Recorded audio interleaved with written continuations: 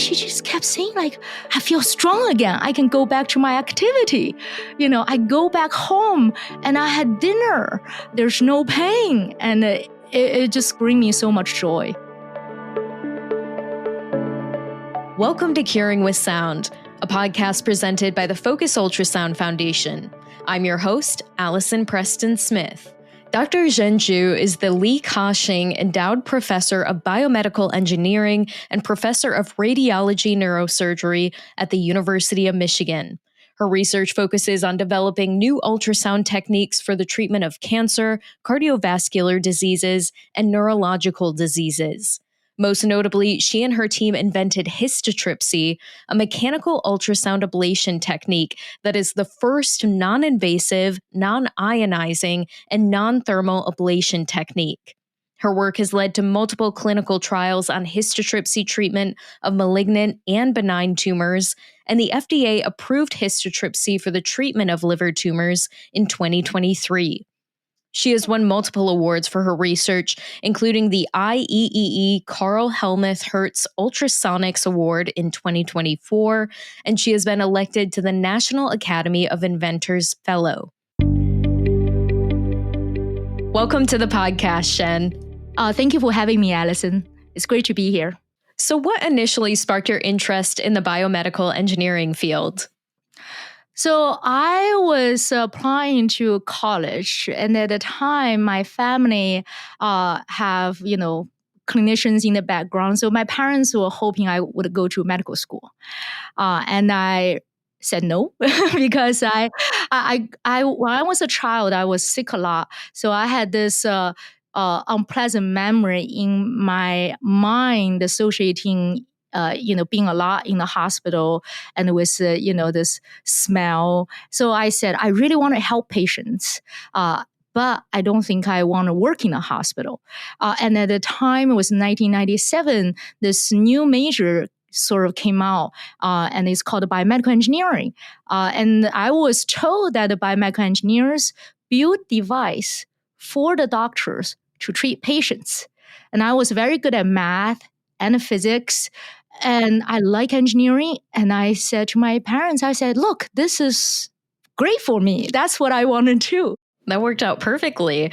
And how did you hear about Focus Ultrasound?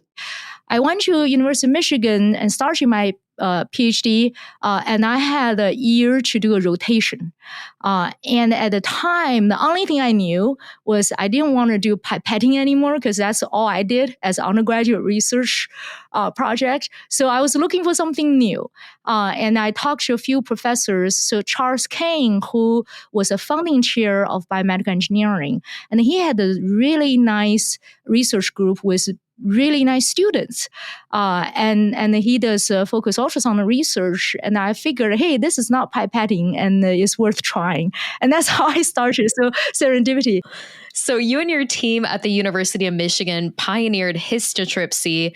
So let's just start with what is histotripsy? So I want to start that by kind of telling the story of what inspired our team to invent histotripsy. So histo in Greek means soft tissue, and tripsy means mechanical breakdown.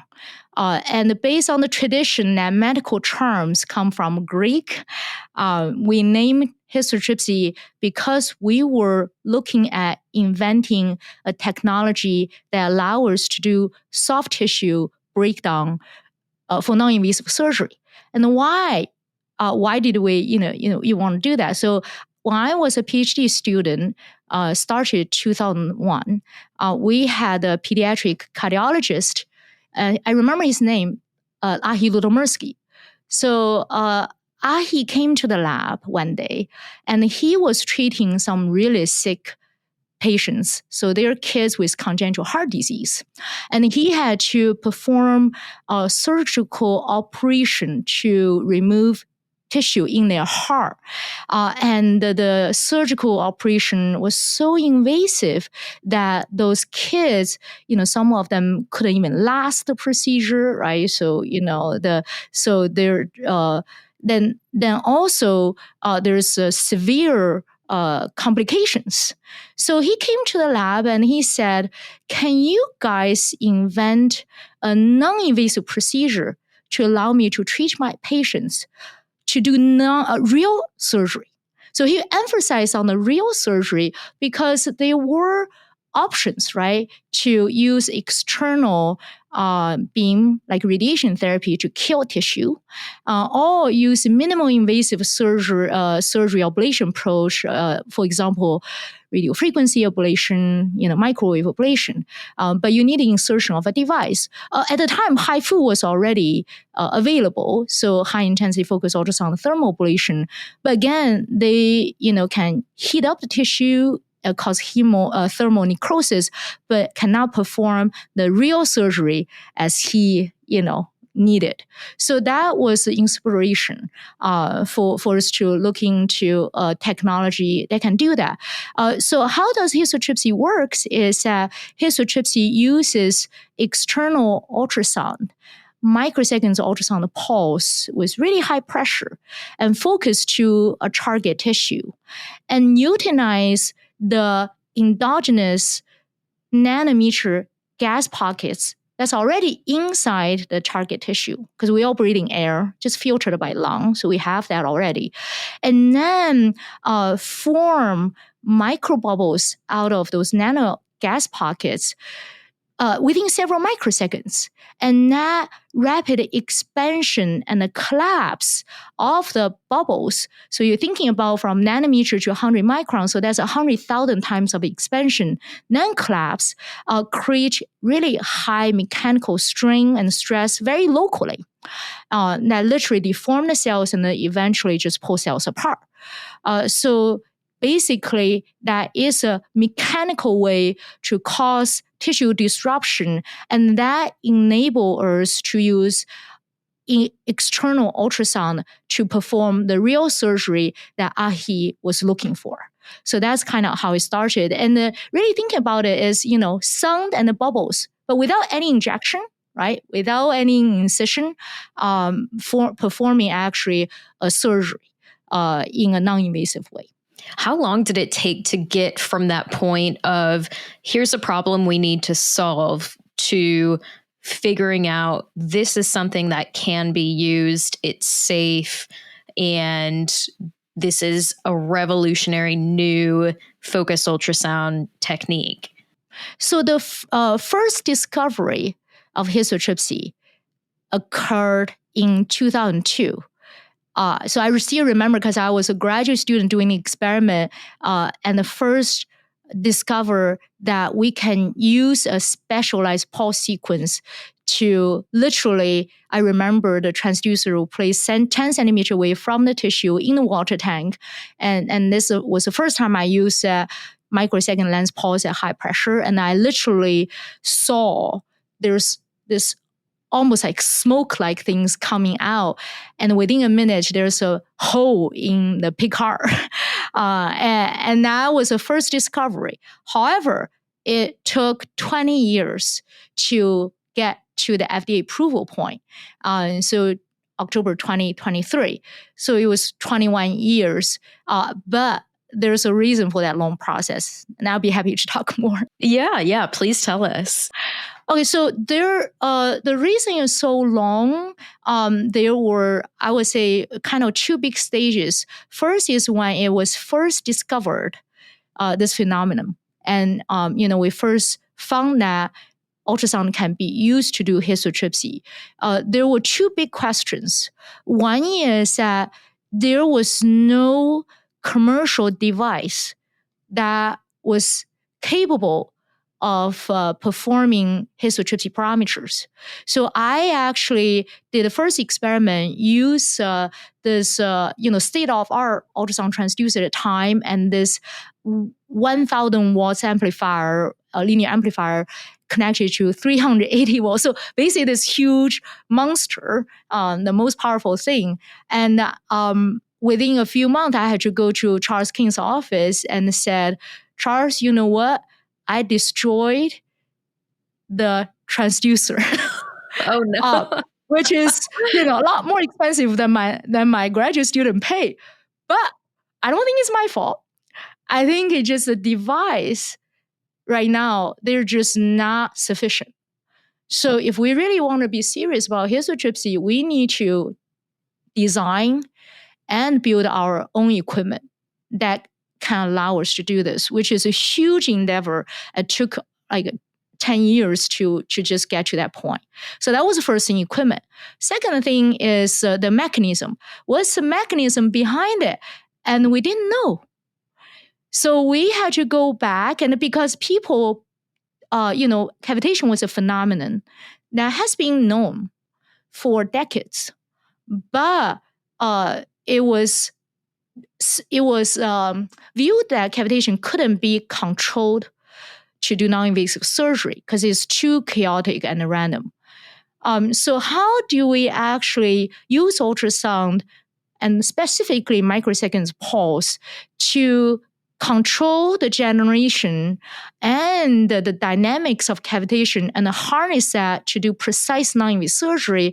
That mechanism at the time was unknown.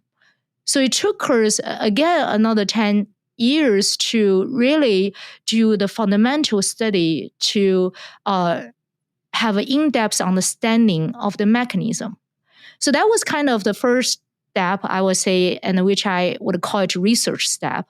But then there was also a whole kind of translation stage. So the research phase and translation phase, including forming a company, Histotripsy, and building the human device, doing the clinical trials. All of that is, take a lot of resources, a lot of effort and time. So 20 years. Mm-hmm. And like you mentioned, you had to have those clinical trials and the data from those clinical trials. Histotripsy was used in the Hope for Liver trial for patients with liver cancer. So what was it like collaborating with a clinical team and seeing how this could help patients? Yeah, so the Hope for Liver trial is a multi-center trial that was conducted in the United States and Europe. So there were 8 sites in the United States, including University of Michigan, my institution, and 6 sites in Europe. And it was conducted, sponsored by Histotripsy, using the Edison system, Histotripsy clinical system, produced by Histotripsy. I wouldn't say I actually oversaw the trial, but it was great to working with the clinicians because they do, come in and be curious about, how does the technology work, and trying to understand the preclinical results. So that was wonderful. But to me, what's the most exciting thing is to hear the patient stories from the clinician. Are there any patient stories that stand out to you? So there were this one patient from Spain, and the patient, had experienced all basically cancer treatment options, tried everything failed. But she found out a trial, and it gave her hope, right? And she just kept saying, like, I feel strong again. I can go back to my activity. I go back home and I had dinner. There's no pain. And it just brings me so much joy by looking at, patient reaction like that. And that's actually most of the patients reacted that way, which I thought it was funny because most patients, after the treatment, their first reaction is, did you actually treat me?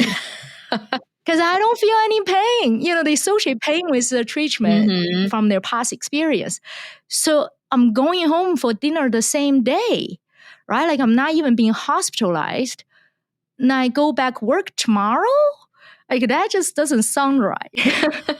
That's incredible. And I'm sure it was so rewarding hearing those patients' stories. Yeah. And then there's also another patient that which kind of inspired a lot of later research, was a patient where the patient had dozens of tumor nodules. Wow. But that patient had a histotripsy treatment of one tumor, and then they had a 8-week follow-up MRI and showing the dozens of other tumor that non-treated off-target tumors actually substantially shrinking in volume. Wow. And that was the first abscopal effect case from the trial, I remember, as a researcher, many will tell you that what works in the mouse model may not work in human, right? So when we first saw that patient, we're like, wow, this is real, right? This is real, even though we don't see that all the time. The rate of abscopal effect, depending on the center, right? Like what I have hearing anecdotally from individual center would be 5 to 10%. So it's still relatively no number, but still give us hope that there is something going on, and which we think is immune response that we are doing research on, the hope that we can amplify that for more patients. You mentioned that your research led to the founding of the startup company Histosonics in 2010 and the Edison platform, which was approved by the FDA in 2023 to treat liver tumors. Can you talk about the experience of figuring out how to build this device that can be used to treat liver tumors and for histotripsy? Yeah, so again, there's two phases. There's a research phase, which is something developing in our lab. Then there's the development phase in Histosonics that allow it to comply with regulatory standards. So that we can, use it for the IDE submission to the FDA and eventual FDA approval. So we want an ultrasound image guided so that it can allow us to have real-time feedback, but on the same time is lower cost compared to the MRI. So that's one thing. Second thing is that we know that we want to build something that will be relatively straightforward to use for the clinicians, because for any new technology, not just histotripsy, for any of the focused ultrasound technology, to be honest, is a departure from standard clinical practice. So to be able to convince a clinician to use it is always a barrier, right? So we want to have something that can be easy to learn. And we do want this to be a compact system so that it's not just individual components, the treatment planning, monitoring, and all that need to be in one package. Therapy, imaging, robot arm, they need to be all in one software that's easy to use. So those are kind of the considerations. And what we saw is for the Hope for Liver trial, the technical success rate. We had 44 patients, and the technical success rate was 95%, meaning that 42 tumors were treated successfully, where the ablation zone matched the target zone that they map out, and the tumor with a margin. The two other cases, there were actually imaging issue. So the fact that the new user are able to learn it quickly and being able to use it, I think that's important. And the safety too, that the trial safety, the adverse effects was 6.8%, and eventually they found those adverse events were not directly related to histotripsy. You said the Edison tool is only scraping the surface of its potential. What else do you hope to use it for? Yeah, so for the Edison system, within a year post FDA approval, already 30 centers in the United States have established the histotripsy clinical program with 800 patients treated. There are already two Edison systems in Hong Kong, one in Dubai, all treating patients. So it's great because seeing the real impact on patients with liver tumors, and not just primary tumors. As a matter of fact, we treated most patients with metastasis into the liver, and all different metastases. But as you said, it's just scratching the surface. Histotripsy is a platform technology that can be used for many, many different applications. Edison system is designed to treat abdominal tumors or abdominal region. There are already ongoing clinical trials using Edison histotripsy system for non-invasive treatment of renal tumors and pancreatic tumors. any tumors. We're also looking at sarcoma, for example, which is both in the abdominal region, extremities. We also, in our lab, develop a brain system, which is transcranial histotripsy system, that can be used for various clinical brain pathologies, including brain tumors, including hemorrhagic stroke, epilepsy, and other neurological conditions.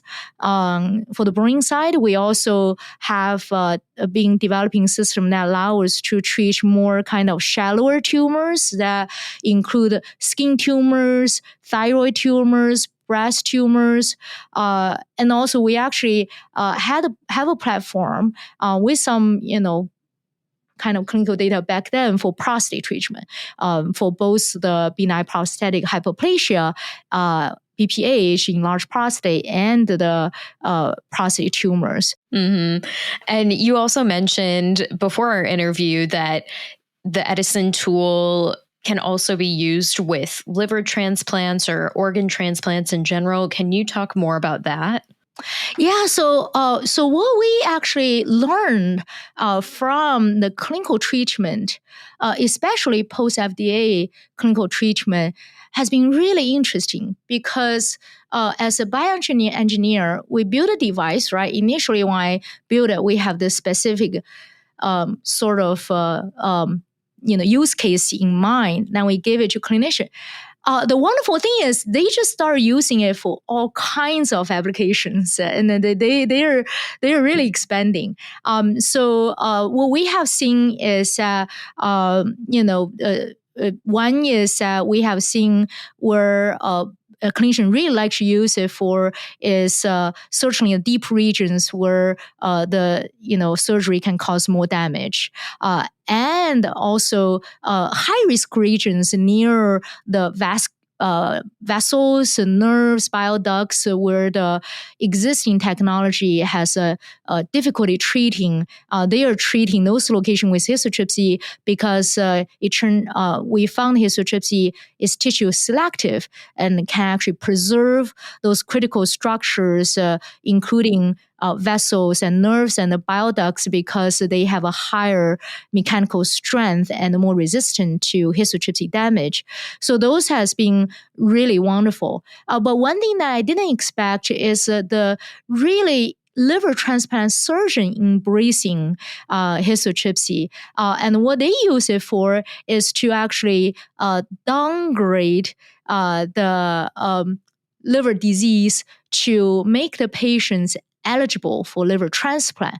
So, for example, patients, they have no liver functions left, they really need a liver transplant. But however, if their tumor is too large, or the number of tumor nodules is too high, then they will not be eligible for liver transplant.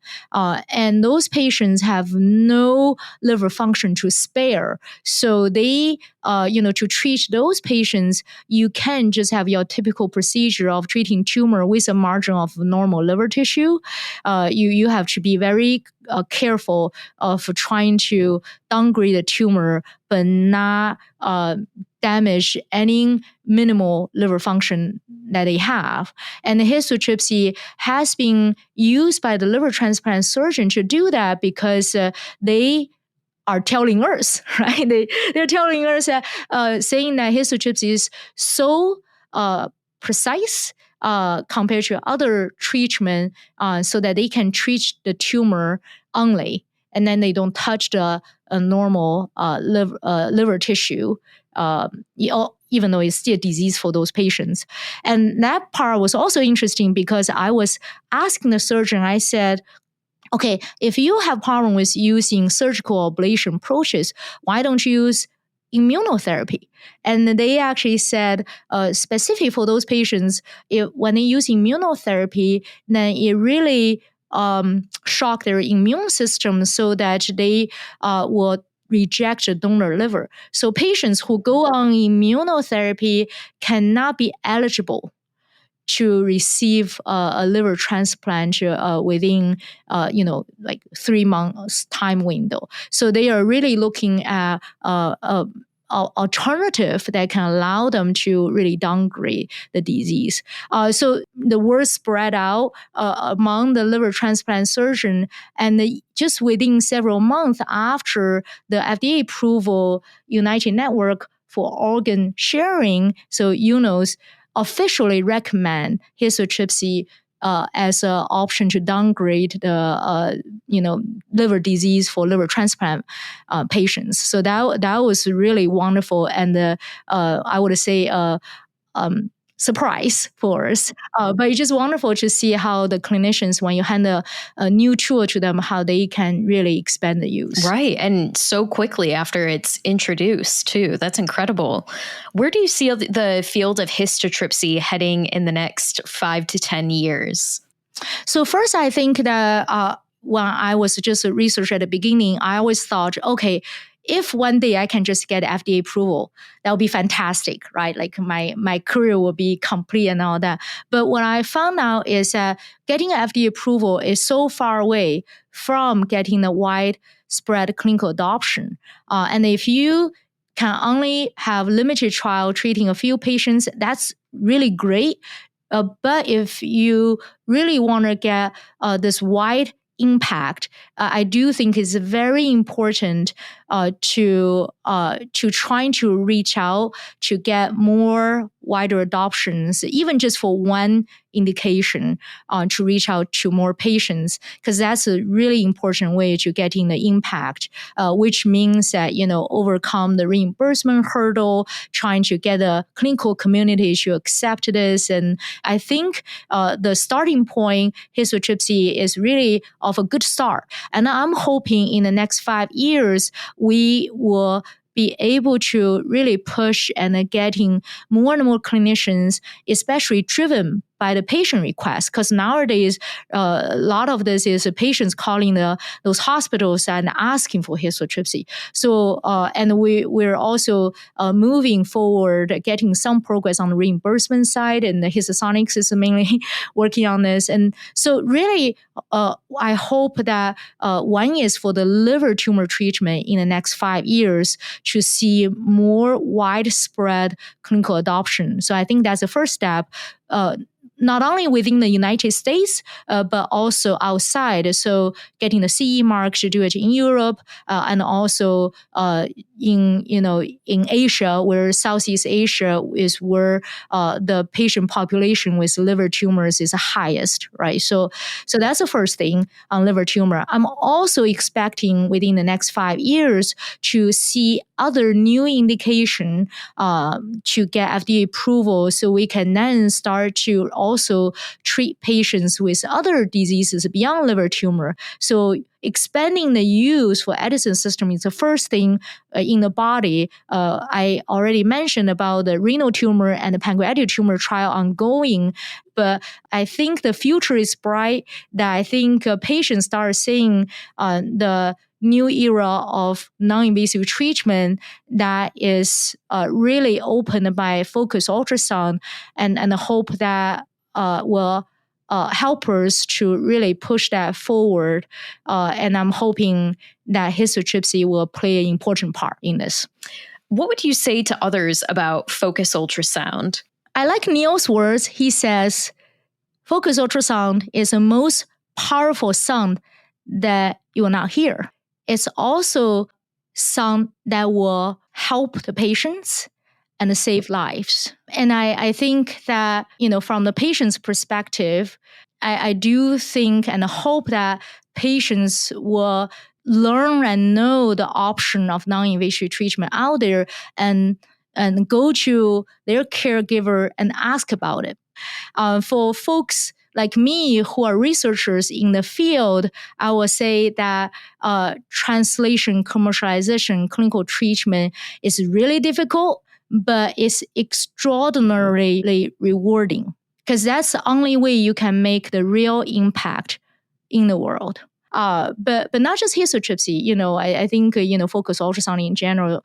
I used to say it take a village to do this. Now I say it take a big army to do this. So we should all work together on this. The clinicians, the researchers, the patients, the donors, all together. So. And how can our listeners keep up with you? You can follow me through the histotripsy.umich.edu website and the Histosonics website, histosonics.com. Another thing is I do have a LinkedIn page that people can follow me on LinkedIn, and of course Focus Ultrasound Foundation. We are partners here. That you can also find the news about me at Focus Ultrasound Foundation website. This episode of Curing with Sound has been presented by the Focus Ultrasound Foundation. If you'd like to learn more about Focus Ultrasound or the Foundation, visit our website at fusfoundation.org. You can also sign up for our newsletter and follow us on social media. Be sure to subscribe to the Curing with Sound podcast so you don't miss the latest information about Focus Ultrasound. You can also rate and review the show.